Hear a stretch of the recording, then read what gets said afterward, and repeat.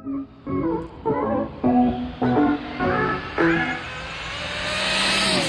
how's it going YouTube? So bring y'all a little quick update. As y'all remember in the last video when I ran this, something went wrong with the steering. So now I gotta take it apart, see what's wrong with it. I believe I broke my steering column.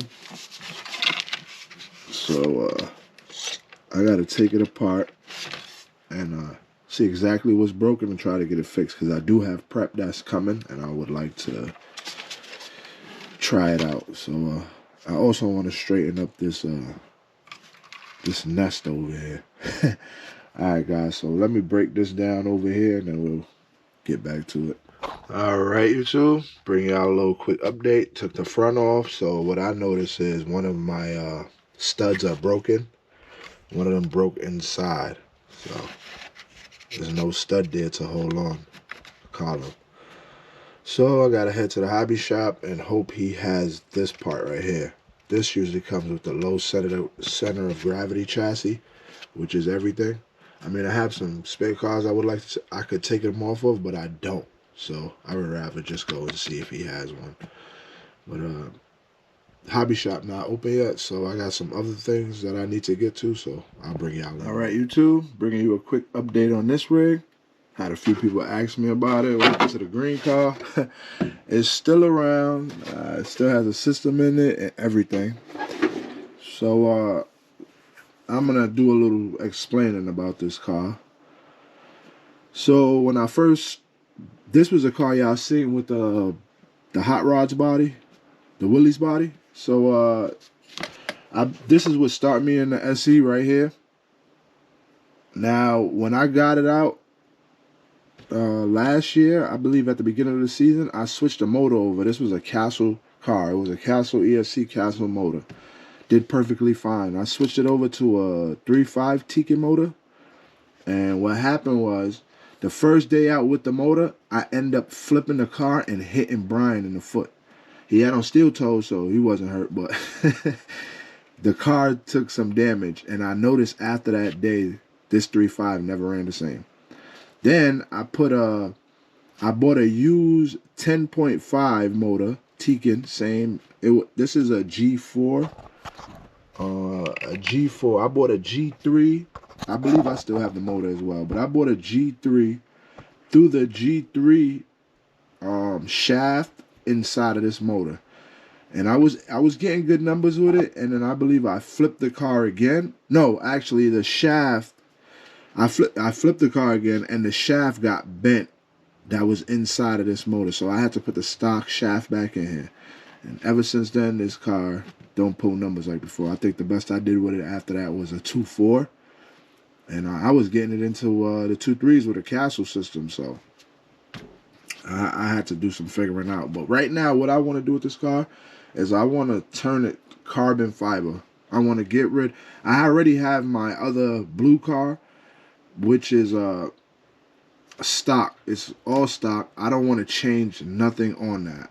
I would like to leave it how it is, and then hopefully I can convert this one and put some real time and effort into this to see what I can get out of it. I will even get a better motor. I plan on leaving the ESC in there. I have no problems with the Marble Monster. I do need a better servo. I have the Arma stock servo in here, so I need a better servo. I used the M17 on this as well, and I was not getting the numbers I wanted.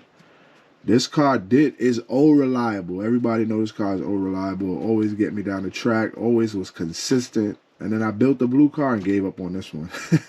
So my plan for next year is to have this car as a carbon chassis car, and hopefully it'll pull better numbers in the blue car, but that's in time. We'll see. I also will be testing with prep.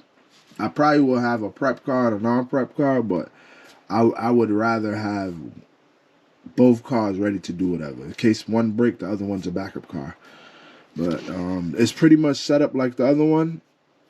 I don't have I have a tray on my other one, if y'all remember seeing it. I have a tray that comes out to about here. So This one doesn't. Shout out to Jared. He made me a tray holder for my 8S ESC. So that's why it sits up here. Also, what I wanted to ask y'all is I'm looking for a single wheel Willy bar for the Traxxas slashes. Now, if y'all can point me in the right direction, drop a link, you know somebody, whatever.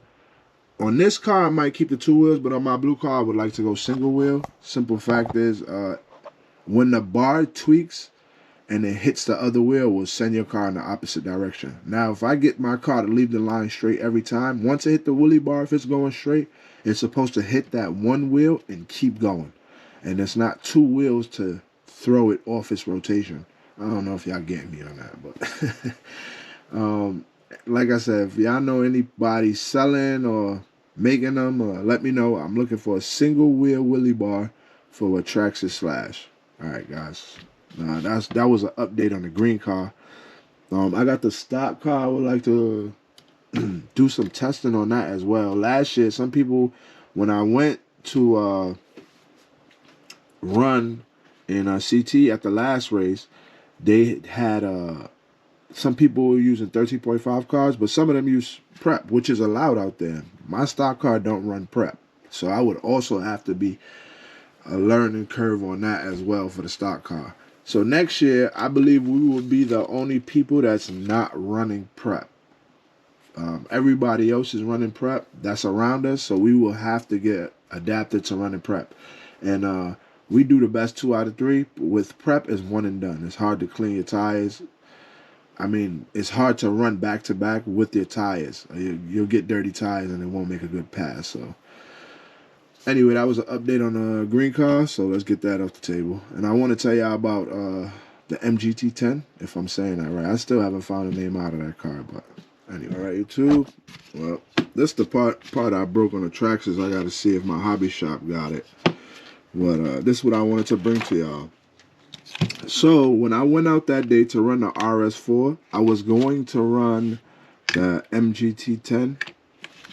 And what happened was I started it up on the table right here and I gave it gas and it didn't go nowhere. So I knew something was wrong. So I took out the transmission, I took it apart, and I'm not able to find the problem with this. So if anybody has one, or had a problem that I'm having. So right now, if I pull this out, it goes in reverse. It'll catch that, and my spur gear will spin. If I take it out of reverse, it's like nothing. It's not catching anything. I can take it apart to show you how the inside. I could do that in another video, but I was just wondering if anybody had any knowledge on that. I was thinking it could be because this is a reverse switch, basically. So I'm thinking that it engages in reverse, but it's not allowing it to go back in. It sounds like it's hitting something, and it's not allowing it to go back in to actually catch so that it can go in drive again. It's just staying in reverse, or it just stays in neutral. See, the spur gear is not spinning at all. Pull it out in reverse. Oh, making me look like a lion now. There you go. It spins. Push it back in. Nothing. Forward. I would like to get that car running and see what it's got. I believe it's a 3-speed in here. If I'm not mistaken, it might be a 2-speed. But if y'all need me to pull this apart and let y'all know more info on that, if anybody got info on that. Alright, y'all. So I wanted to talk about next year's races. So what we plan on doing is a few different things. I'll get to that. Hold on. Alright, YouTube. This is my stock car right here. Gotta take the body off. Everything's stock except for the body and the tires. Alright, so I want to give a shout out to Charlie. I had these drag racing concept tires. I believe these are the Belton ones. I use these in CT. I used these in a few races, and as they broke in, they started to hook up better, but it was the end of the season. So I didn't really get to put any effort into these tires, but I see they have a sale coming out. I might have missed it, but anyway. I ran the M17 on my stock car. Excuse me, guys. I ran the M17 on my stock car. To me, it seemed like it had more power, but when I did it in the race, we was at NCT, where it was just it was a light to just go, so it was no time. So I don't know what it did, if the M17 helped or not. But next year, I would like to get more people into the stock class.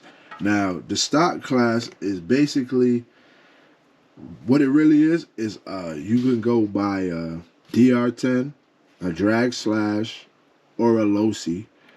You can change gearing, you can change body, but the electronics and the chassis need to stay the same. You can change your shocks, servo, just your electronics and your chassis needs to be the same. Now, I was told something about the body needs to be the same. That I haven't heard. I mean, if I didn't get this car with a stock body, and I had a body laying around, so that's why I threw a Corvette body on it. I didn't buy that body to put on here, but if it's a stock chassis, I mean, the rules that I go by is that as long as it's a stock chassis and a stock electronics, we can run it. These cars are pretty much all in the same vicinity when it comes to ET. They're running about, you get a 2.5 here and there, but they run about 2.6, 2.7s. And it's a great class for beginners to learn. Definitely. And it's competitive because everybody's around the same ET. And it's not the cheapest way to get into this, but for me, I think it is, because it's a stock car that you can go buy. Just change gearings and you'll be competitive with the rest of them. You know, a lot of people got tweaks that they do to make their cars faster, but that's what learning is about. So I would like to get the stock class bigger. For me, this was the most fun I had in all the classes this year, because in all other classes, you don't know what the person next to you has. Same with the stock car, but you know it's a stock car.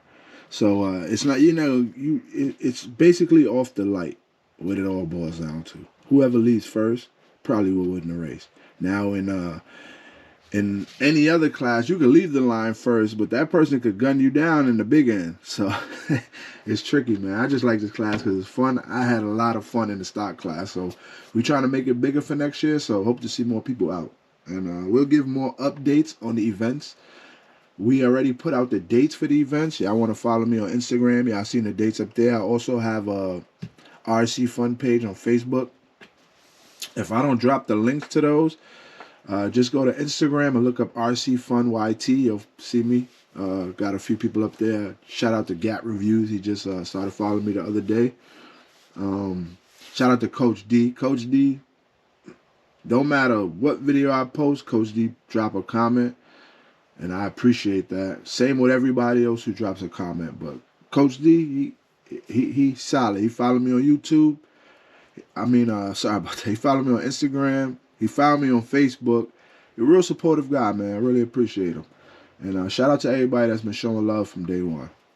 Y'all stay tuned. I'm going to get some running videos up. Not sure what I'm going to get running, but I'm definitely going to get some running videos up.